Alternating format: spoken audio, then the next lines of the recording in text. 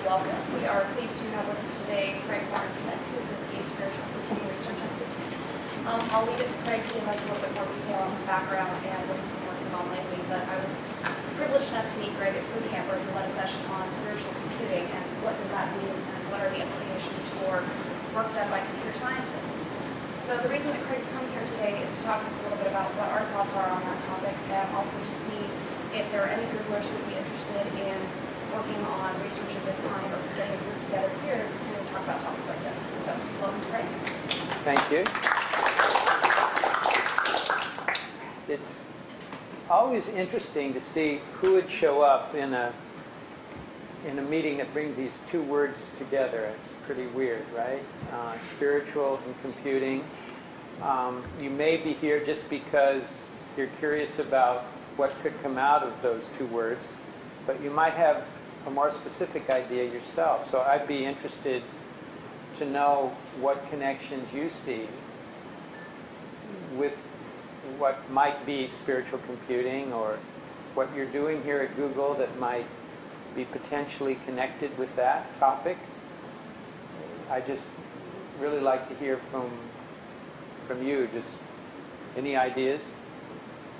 Yeah? So there's the Kurzweil book. Yeah. Spiritual. So that's what drew me to the title of the talk. I was like, I wonder if he's talking about this. It's not really the same thing. Yeah, so Ray Kurzweil, The Age of Spiritual Machines. Yeah, that's definitely something I'll talk about.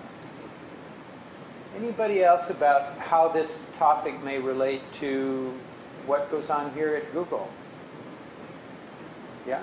Well, Google has this don't be evil sort of notion. I think morality and spirituality are somehow related. Right. So there's an ethical dimension of this, surely. Okay. Well, let me just start. But first of all, to say something about myself, as Leslie requested. I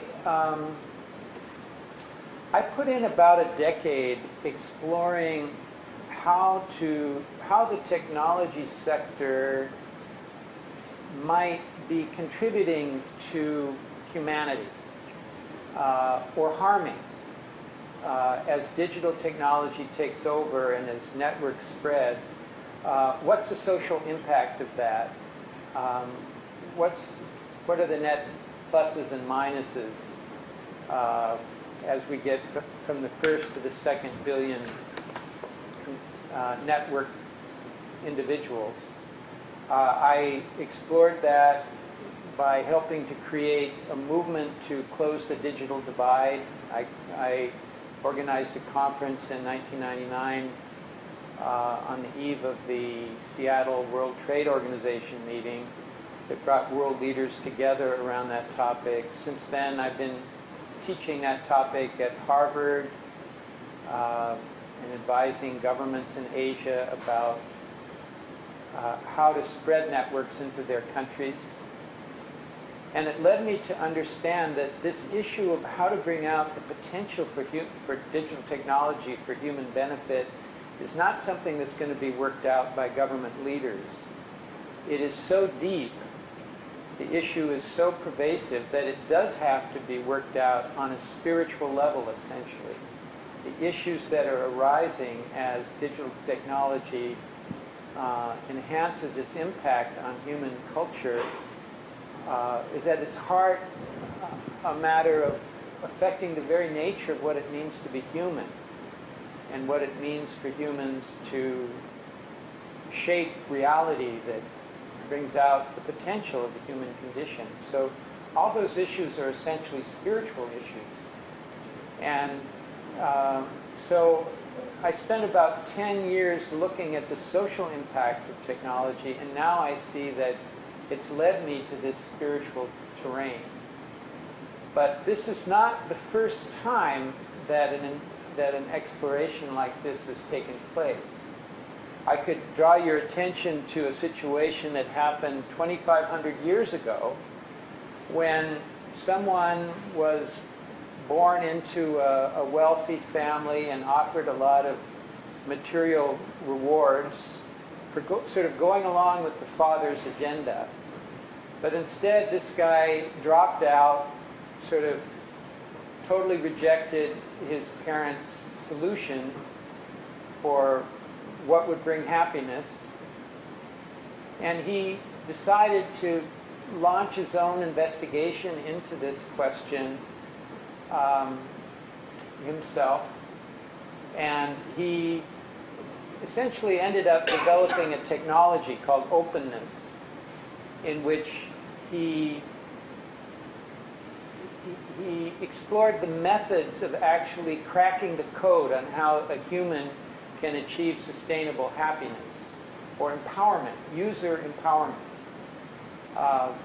And once he made this discovery, he didn't feel a need to patent it. He did because he wasn't motivated in that way.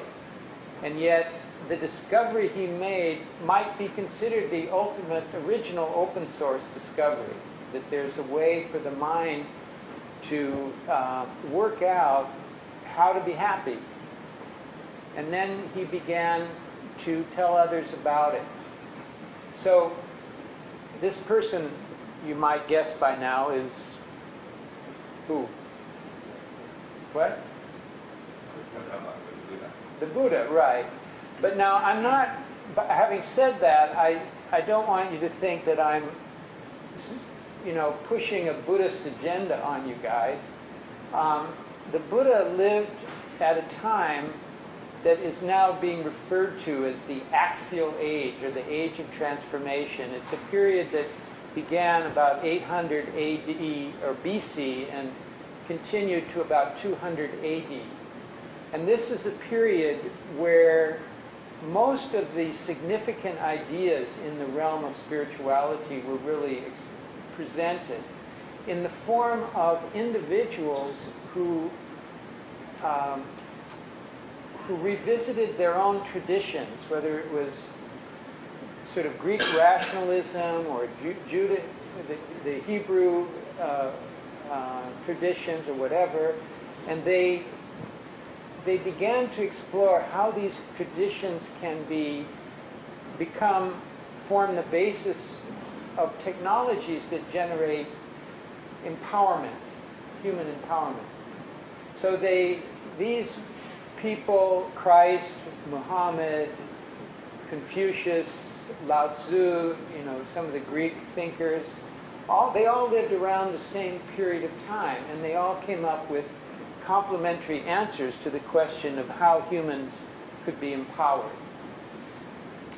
And then religions grew up in their wake, but these religions didn't always do a good job as stewards of the spiritual experience of these great spiritual adepts.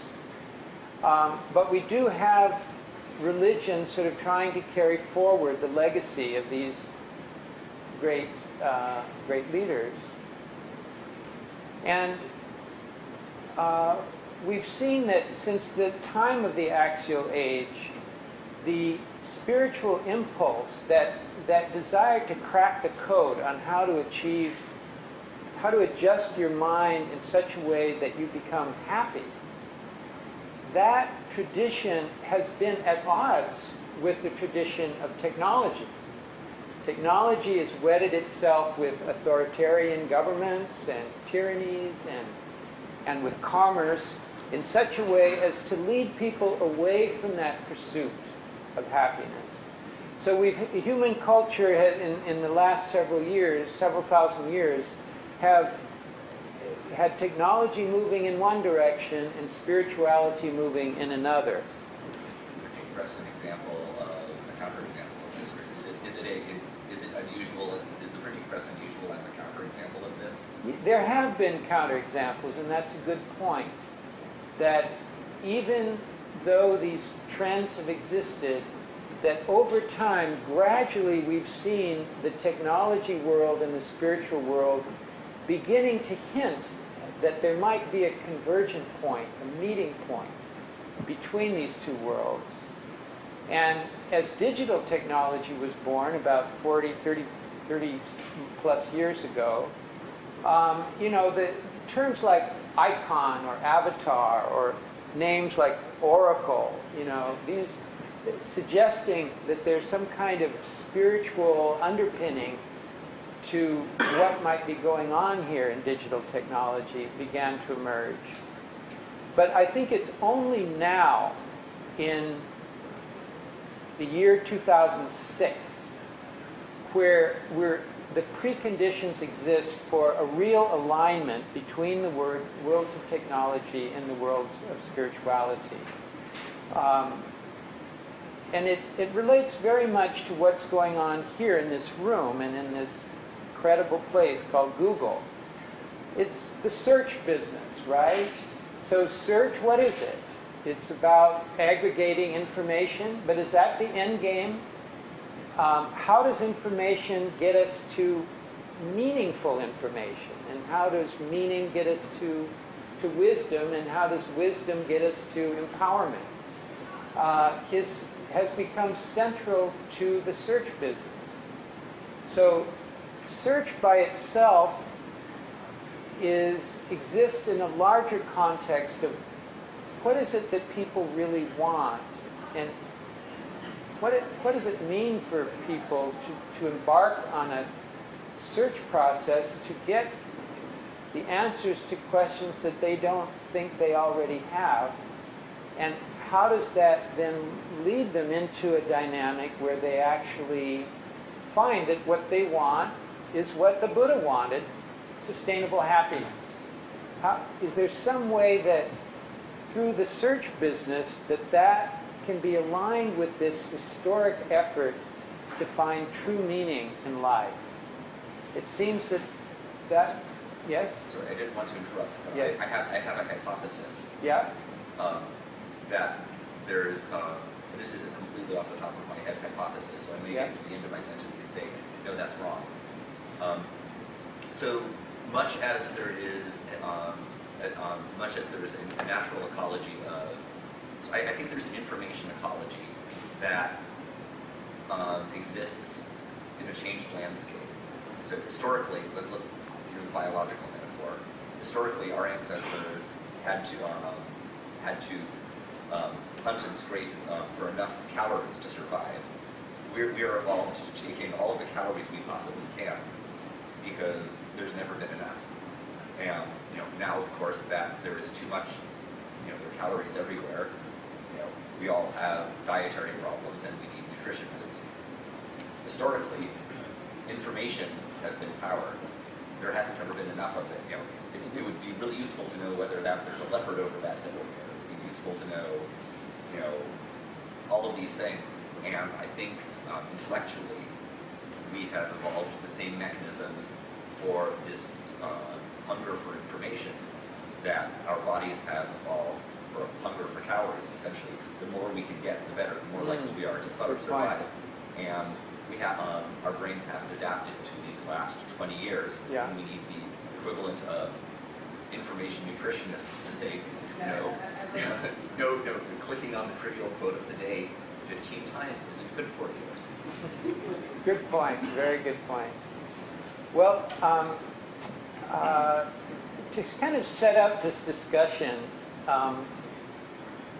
further, I'd like to just refer to some of the precursors for this alignment between technology and spirituality to see what might help us get some indication that what might come out of this space in which these two worlds come together.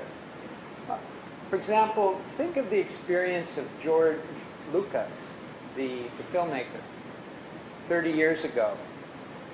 He was, I think a roommate of Francis Ford Coppola out of the USC Film School, and they were dreaming as young, idealistic men about creating an alternative to the Hollywood studio system.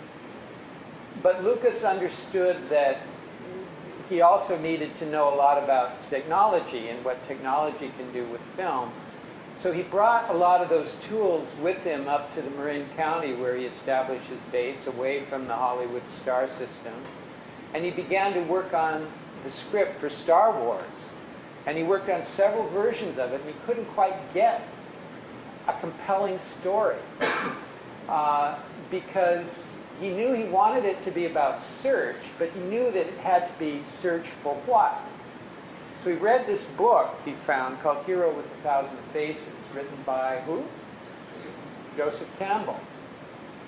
Joseph Campbell is one of those people who himself is an innovator, but in the other world, the world of spirituality. And he has seen a kind of alignment between what's been going on in these spiritual traditions and say, Jungian psychology, the concept of archetype. And he began to see a pattern here, that humans have intrinsically the desire for search for meaning. And it's called a hero's journey, that one begins the search with some kind of sense of renunciation, that you don't have the answers. You have to go out to find it. You go out with questions, you get those questions answered, but at the same time, in the process, you get power. You become empowered, and the empowerment that you find is ultimately about letting go of your own ego control and opening to the larger potential for good. So he got from Joseph Campbell the story that became Luke Skywalker's empowerment, and how he then, Luke Skywalker himself understood that to defeat the dark force out there, he had to find the basis of his own confidence. He had to find a balance between being focused and aware of the context of his experience. And of course, as the Star Wars franchise became an enormous commercial success, it actually is one of the, still probably the most successful commercial breakthrough.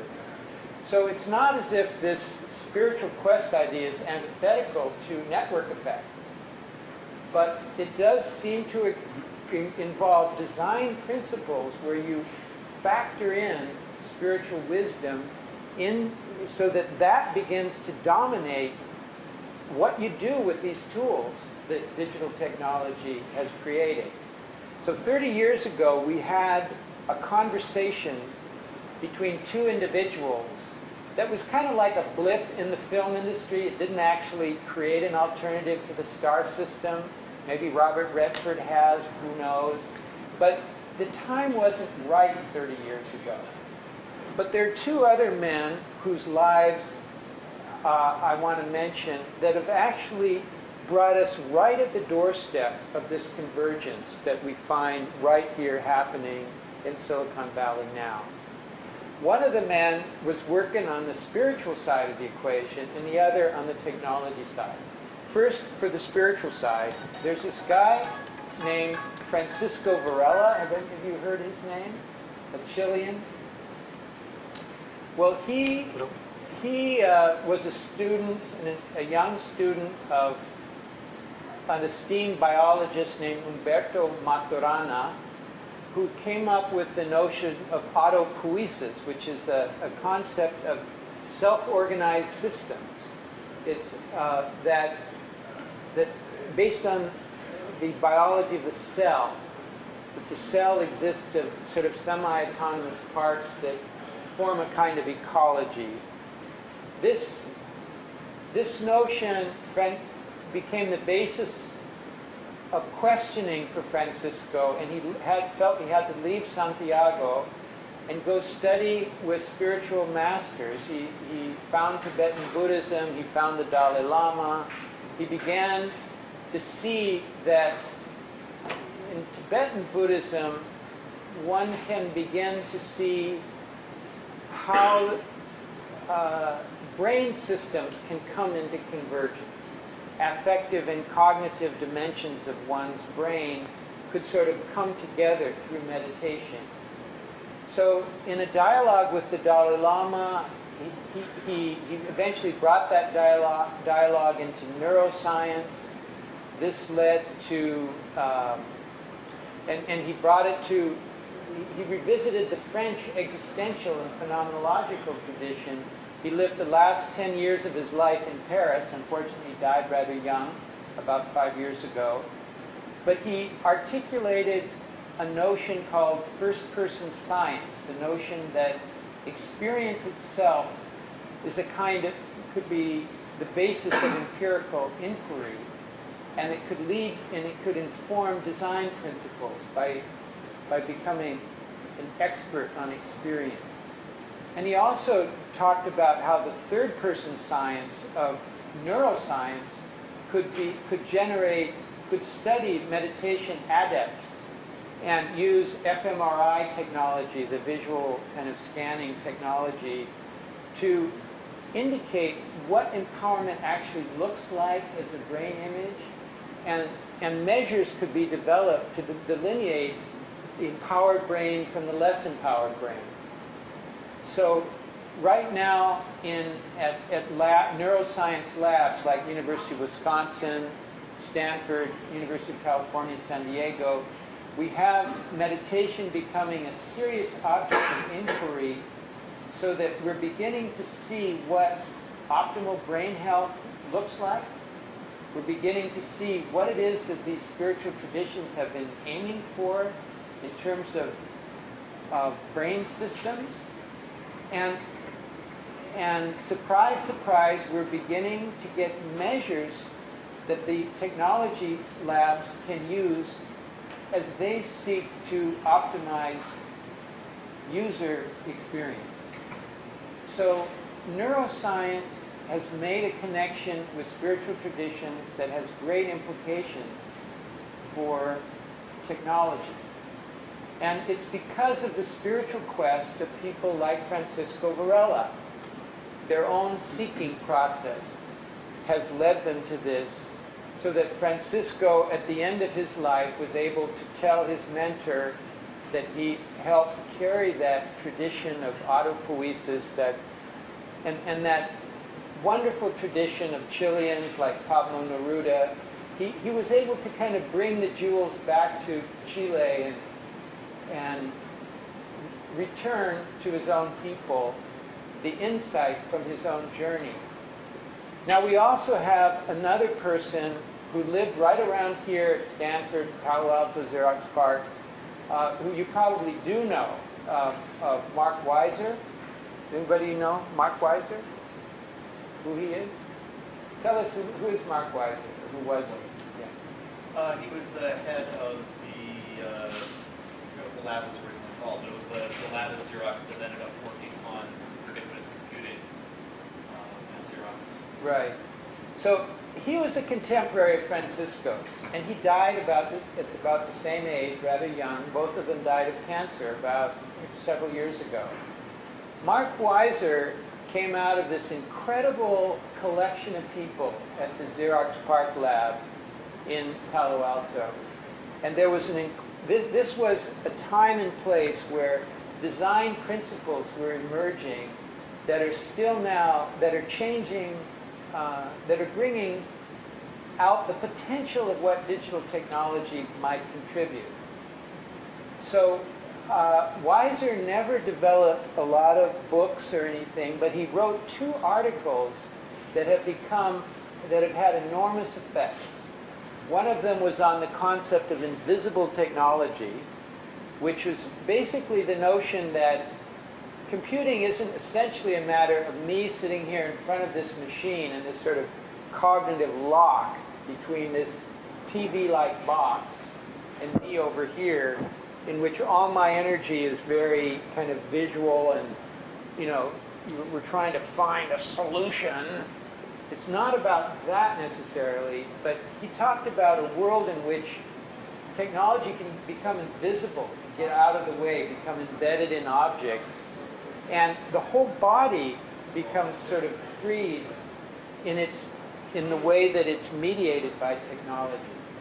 So Weiser formed the basis of what is now, goes by several names. One of them is ubiquitous technology, pervasive technology, locative technology, a world in which the real-life physical world of atoms converges with the virtual world, and out of that comes an enhancement of human freedom.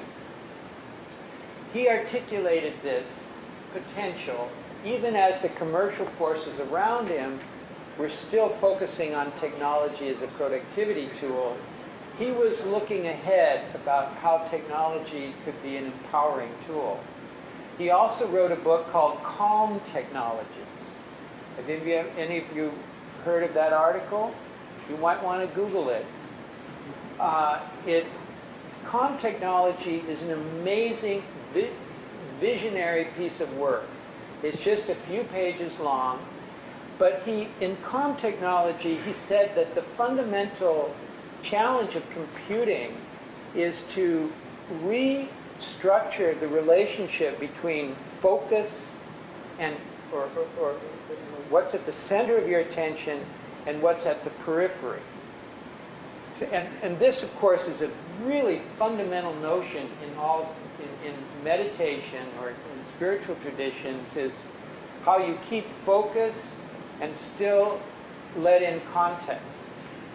You know, it's also relates to spiritual search, right? Because you have an idea of what you want to hold on to that, and yet new things arise that you didn't count on coming in from the periphery. So Weiser explored this only at a primitive level by thinking about how objects could remind you of things gently in the periphery, how you could be given gentle reminders of things. But this notion that technology could help you manage attention so that you were not overwhelmed by information overload, but that it actually helped you achieve mindful focus, while at the same time, in an appropriate way, open you to context. This is like a fundamental insight that we'll be working with in the next 10 years in innovation in computing. All this is from the work of this guy at Xerox PARC, and many of his proteges at Xerox PARC are doing incredible work now. So there have been, if you look on the globe, you'll see different points of innovation. Some of them up in Finland with Linus Torvalds, and some of them out of MIT, and some here, some there. Little hints of what it might mean to bring the world of spirituality and technology together. And hey, this is new. This hasn't been talked about. We don't have the seminal book on this. And speaking of Ray Kurzweil, who was it that meant you were? In 1999, he's an inventor. He's an engineering guy, and he can be forgiven for taking the approach that he has, because he's been in this self-enclosed engineering world where he hasn't really known that there's a realm of expertise called spirituality. So he can write a book called The Age of Spiritual Machines as if he almost invented the word spiritual. And that's what he did in 1999.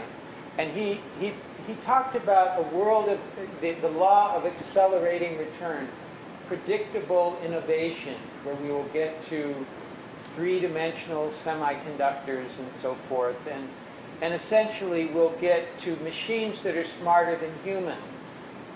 And so out of this, he thought that maybe we all might make choices to download parts of our brain when they start to wear out, and we'll achieve some kind of immortality. And we can call that spiritual machines, that we'll all become spiritual machines voluntarily. I'm sorry, but this doesn't sound like spirituality to me. Because that guy, Joseph Campbell, the one that inspired George Lucas, the first thing he said to George was, George, you know what spirituality is about? It happens as soon as you realize that you've only got so long to live, and you want to make that period of time meaningful. And so it pushes you into questions about the nature of your own existence, so that by the time you die, you can really let go. This is not the Kurzweilian vision of the future, I'm sorry. So when spirituality meets technology, it's a space that really hasn't been opened yet. So I guess I take issue with the argument that that mortality is linked to spirituality. I think there are just as many issues raised by the question of okay, I'm going to live forever.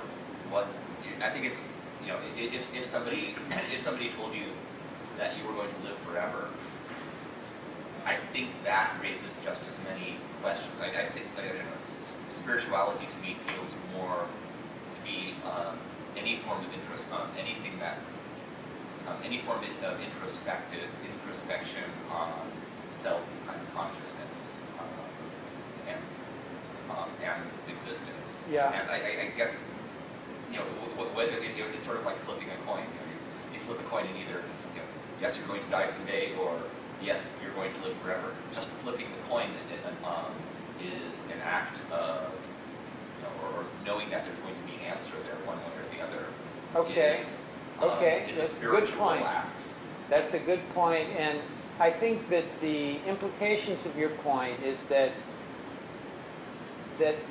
technology is being forced to ask fundamental questions in order to address its own future. Questions about the human condition, which have been outside the field of engineering in the past. Engineers have been those people who didn't have to ask those fundamental questions. They could just go ahead and do practical things without having to get too deeply into philosophy. But now maybe we have to begin to inquire more deeply. And I think if we draw expertise from spiritual traditions of all kinds, they will tell us that facing one's own death is a part of the equation. But there's also part of this in like radical AI and like mind uploading. You have to call in a serious question: what is you? And I think that's some of the attractive side of this kind of inquiry. What would I be? Take away my body, take away my maybe motor or brain functions and things. Yeah, I mean, I agree with Chris. Wow, I can use some bad terms, but there's some very fascist kind of things going on in this line of technology, but it's still interesting. I mean, it is interesting, and I think you're right that the question of what is you, is at the core, and maybe he's being just a trickster, provocative to get us thinking about what is who we are, and essentially another framework here we could think of as Web 2.0. We're all familiar, everyone here is familiar with Web 2.0, pretty much. You know how the concept, someone define Web 2.0 for us.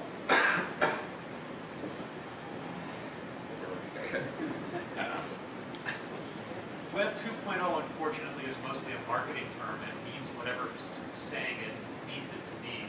So I think if you're going to talk about it, maybe it would be more helpful if you would define what you mean by it. Okay. Well, obviously it came out of Tim O'Reilly's interactions and his conferences and so forth in trying to try to find a framework to explain why some websites have really taken off after the dot-com bust and others haven't. And then they've tried to somehow articulate the principles that define which sites have been able to achieve great network effects and what could explain that. And so they've aggregated a few trend areas in this field, like social computing and the kind of notion of that what seems to be going on here has to do with freeing the end user to become more active and participatory, and sites that trigger the engagement of the end user, sort of architectures of participation. And of course, that notion then seems to have struck some kind of chord. Obviously, it's been used as a marketing tool, but it's a notion that was simply mentioned in a roundtable conversation like this only a couple years ago, and now if you do a Google search on it, there'll be 126 million references to that term. So there's a suggestion that maybe, I mean, if you put quotes around it, maybe there's something there, that the notion that sites that aggregate user experience, users, and lead them into meaningful experience might be really central to the future of computing. And indeed, most of the laboratories that I've been visiting are seeing that they're ultimately in the experience business, not the device business or the software business, and that their challenge is to develop more compelling experiences than their competitors. And compelling can mean meaningful, and meaningful can mean empowering. So it may be that the technology sector, by the dynamics of technological innovation itself, may be leading into the spirituality conversation about what empowerment might mean, what the nature of experience might mean. And these are topics that have been the subject of intense empirical investigation for thousands of years. So maybe there is a meeting point in which definitions of things could be worked out and hypotheses and ideas could emerge as those two notions can now be brought into the same, two cultures really can be brought into the same conversation. Yes? I was just wondering if you knew of any women that were prominent. Any what? Women that were prominent in this field? You know, I think it's a field that is yet to be born. But in terms of precursors to it, certainly on the spiritual side of the equation, some of the great spiritual innovators have been women. On the technology side, nothing right now comes to mind, but it's a good question, important question. So there are several streams of research that I think are coming together in a framework for spiritual computing. One is gaming. So the notion of spiritual quest as incorporated into gaming, and how gaming, the experience of gaming, could lead to more meaningful and empowering experiences where we'll probably see the first applications of spiritual computing. There's also ways in which different user groups, like healthcare systems as users, education as users, how they will incorporate technologies that engage users. For example, biofeedback that targets attention of a patient so that they can begin to heal themselves in a very targeted way, using new interfaces. This will certainly arise in healthcare. We will, as affective computing matures and as computers are able to sense the emotional state of users and users are able to influence machines to detect their own emotional state, we'll see more opportunities for conveying empowering experiences in all types of technology. So as I've been going around the world, beginning with Nokia in Finland, and having these kinds of conversations. And in each company, in each laboratory, sometimes academic labs, sometimes corporate labs, sometimes no lab at all like this, but just a corporate conversation. It seems that when you open a space to bring these two terms together, ideas seem to arise. People seem to have ideas that can come to the surface. So for the most part, what spiritual computing is just a way of structuring that conversation so that ideas can emerge in that space. And women and men can begin to formulate applications, design principles, processes that could lead to new technologies, products, services, and experiences that come out of the convergence of those two worlds. So this process is involved in formulating a spiritual computing research group. Nokia is the first partner. Microsoft is coming involved, kicking and screaming, perhaps, but one finds in a company like Microsoft several streams of research that's leading them into concepts like sacred space built into the home of the future.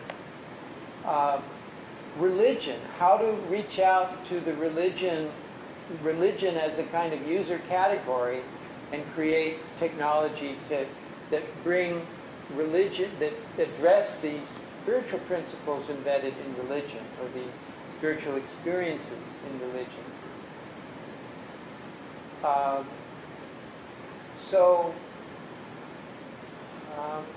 Right now I'd just like to open the discussion up. Any questions, any notions about how any of these ideas might relate back to what's going on at Google and your own work, your own lives? Please help me understand a distinction I think I hear you drawing between enabling an empowerment versus mere productivity and technologies.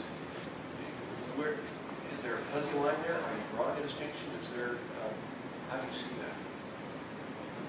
Well, going back to Tim O'Reilly and Web 2.0, I think one of the common themes he saw in the sites that were compelling to users is that they're not based on productivity enhancement, but on eliciting creativity or engagement. That's behind the blogging phenomenon, Flickr and so forth, how it's addressing aspects of one's life that don't directly involve productivity enhancement as the primary driver. That could be questioned perhaps, but clearly we're seeing the potential for digital technology to affect lives in ways that go beyond productivity as the end game. With spiritual traditions, clearly one has to have a certain level of economic development or confidence in order to embark on these questions of human quality of life. But yeah, we're mostly talking about looking beyond productivity as the purpose of technology when we talk about spiritual computing. Yes? I went back to your notion about search and search leading to meaning and then finding the wisdom, because Cass Sunstein actually came here last week and explained that although now with the internet and search capability we can have a vast array of information available to us, what he's noticed is that people now search out for information that they already agree with, that reinforces their previous held beliefs, and that instead of empowering them, they're just simply reinforcing what they already believe, which is probably not empowering at all. So I wanted to get your thoughts about this phenomenon and where do you see a solution for that? Yeah, I don't have the solution to that, but I would be very interesting to know what you guys think about this. That is, there's some way that design refinements could come to the searching industry so that information gathering could lead to meaningful learning that might go beyond simply, how you go from aggregating information to aggregating intelligence or meaning. Do any of you have ideas about that? Perhaps you do. No, it's not necessary. Uh-huh. I'm still, there's something I'm still uncertain about the focus. I think it's maybe a rephrasing of your question of just, I'm seeing a spectrum, in fact, in what you're proposing. One, let me see if I can drag things back a few thousand years, to where one direction is making, well, I'll say, making technology serve spirituality versus making making technology more spiritual or more holistic. So for making technology serve spirituality, for example, Islam gave us modern astronomy because they needed to predict exactly when the new moon would start, and that required developing math and understanding of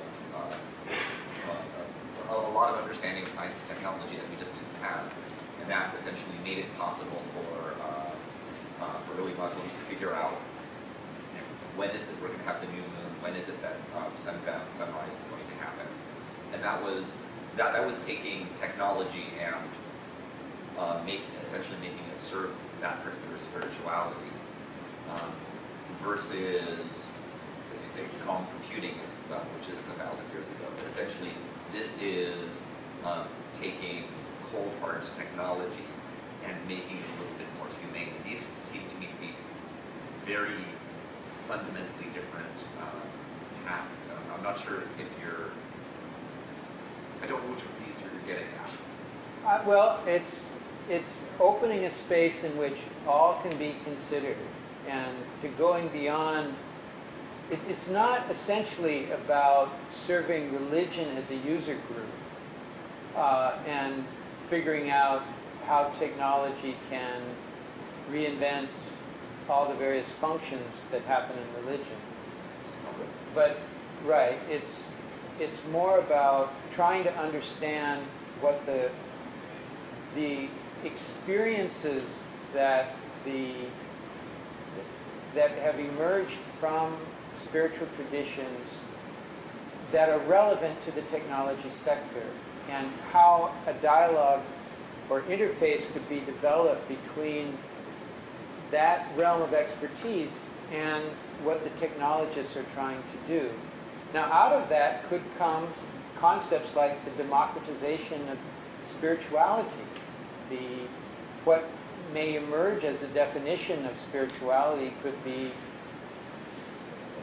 meaningful spiritual inquiry could be more widespread as network effects take over in ways that affect religion and as well as secular expressions of spirituality. So effects could be seen in the spiritual realm, but they also could be seen in the design processes that affect the next generation of technologies, even if the effect isn't deliberately spiritual. The effect may be simply to build loyalty among users, or to lead users towards experiences that they consider to be meaningful, and helping them manage information overload, for example. Like if you look at the future of technology, where digital sensor networks will be distributed everywhere, consumers will have an incentive to manage information and to address information overload and to find their own relationship to this issue of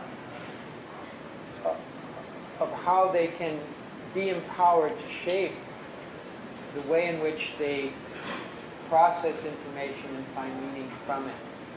So the effects can be felt on both sides of that conversation in ways that influence the direction on both sides. But maybe the other answer to your question is that it is totally an open space, what comes out of a way of structuring a dialogue that brings those two worlds together. There's a couple things that I think are going on in the company that are less difficult to kind of phrase. I think zeitgeist is kind of an interesting overflow to explain certain words, like spirit of culture. Yeah. So, that's one of the things. And I also think it's kind of interesting that when you have like intercultural issues that come up, like when you're doing translation or maps and things like this, like these are spaces that you don't really know how to grapple with so well. This needs to be more spiritual oriented. But I also want to say about search, one of the things that's nice about search is it doesn't make a lot of assumptions about what you want to know or how you want to know it. And I think it's the lack of structure that's kind of appealing when you use search. Otherwise, you would want to use something like DMOS or an ontology, taxonomy. So, to the extent that you already know what you want to see, you go to something that kind of reinforces it. But when you're searching, it's even in the GUI of Google, it's a blank page. There's nothing there, and it's kind of like, it's not challenging. I think that's one of the attractive things, like going back to the Web 2.0 thing. It's like different than like the MTV market, where there's a lot of stuff pushed in. This tends to me kind of is a big distinction between what people are looking for. If you want to be given something and you don't know what to think about it, you go to one kind of site, a push kind of site. You go to a search site for something, even that's not like a D model. You go to just anything that's very unstructured. You kind of are trying to escape a lot of these maybe the assumptions that are going on. But that kind of creates tension. You don't think push and pull can come together? Oh, I do, but I think that there's anarchy rules more than spirituality Okay. at this point. Okay. And that's kind of funny, right? And this is like, I think it was like when we were setting up the kind of tensions between technology and spirituality. I think there's a well-deserved kind of contempt for some of the bad facets of spirituality in the past. This is the source of a lot of the breakaway for technologists. Like if you look at like Galileo, I think he was having conversations with the Pope at the time that he was publishing his writings. He really cared about trying to keep it legit and everything. But eventually he was just like, screw it, I can't do it. I need to say these things. He got persecuted for it. And this is something that I think if you want to bring these things into alignment, you have to legitimize in a certain way to say, well, the techno community is very skeptical of the religious and spiritual communities because of this rift that happened, and to bring it back together, I think that's kind of one of the things that I think that Yeah. I think that's more that highlights the rift more between religion and spirituality though than between technology and spirituality. But without a common framework for engaging in spirituality, people have been cast into anarchy. It's not necessarily a bad thing. I don't think that we lose our spiritual purpose. But it's a hard road. Like in Hinduism, they talk about yoga. It's like ways of going through life because it's confusing, right? I mean, it's like being a technologist and not having the right tools. If you don't have some guidance and that's what the coach give you, then you may plod through life and not make these discoveries. So, Yeah. I think that partly what's going on is that we're speaking as sort of modernists who have been very much, each of us have stories to tell about our dealings with religion. And we've also had this sort of new age versions of spirituality that we've been affected by. But if we look at, say, what has emerged out of 5,000 years of spiritual inquiry in India, this is a rigorous empirical tradition where there have been people arising in that are more iconoclastic and anarchistic than anything the West has seen. These guys have been disruptive of what has come before. And there is the innovation that has emerged over those 5,000 years has been very radical. So, because it is driven by this desire to get to what humans want and to find that out without necessarily beginning with a priori some kind of ethical framework. But it's an empirical tradition. So it's a matter of our learning what that is and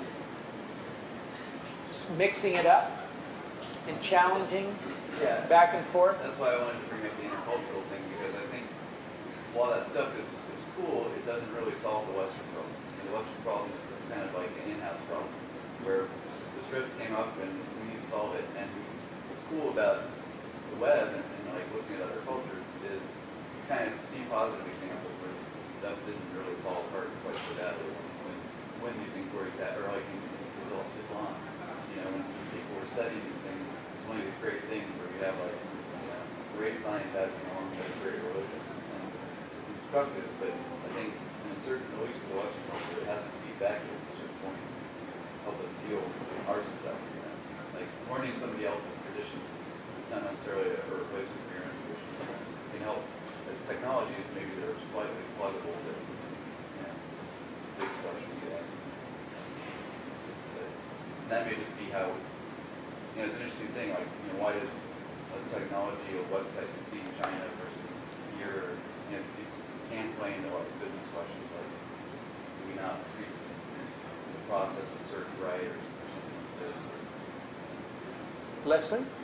Actually, I just wanted to point out that it is past 11:30, so we need to get out of the room. So anyone Okay. who would like to continue this discussion over lunch, we've got a table reserved in Charlie's, so come on down and hang out with us.